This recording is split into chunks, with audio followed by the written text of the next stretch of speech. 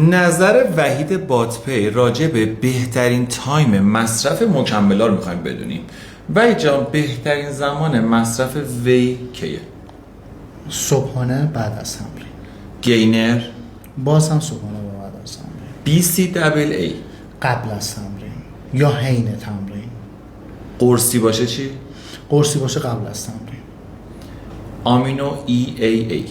آمینو EAA بستگی به رژیمتون هم داره. هم میدونید قبل، حین و بعد از تمرین استفاده کنید.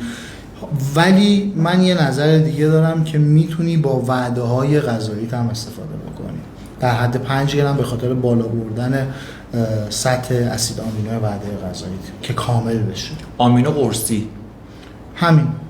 حالا حین تمرین رو میشه ازش فاکتور بگیره. کراتین؟ کراتین بعد از تمرین. معمولا کراتین بعد از تمرین. چرا؟ چون اکثرا که قبل از تمرین یه کافئین استفاده میکنن. خیلی ها میگن که اون کافئین میتونه تداخل در جذب کراتین ایجاد کنه. خب حالا ما میگیم که بعد از تمرین خیلی اون سطح انسولین بدن هم بالاست و جذب کراتین شاید بهتر بشه. گلوتامین؟ گلوتامین بعد از تمرین، قبل از خواب، بعد از بیدار شدن. دست بیدار شدن. آرژینین؟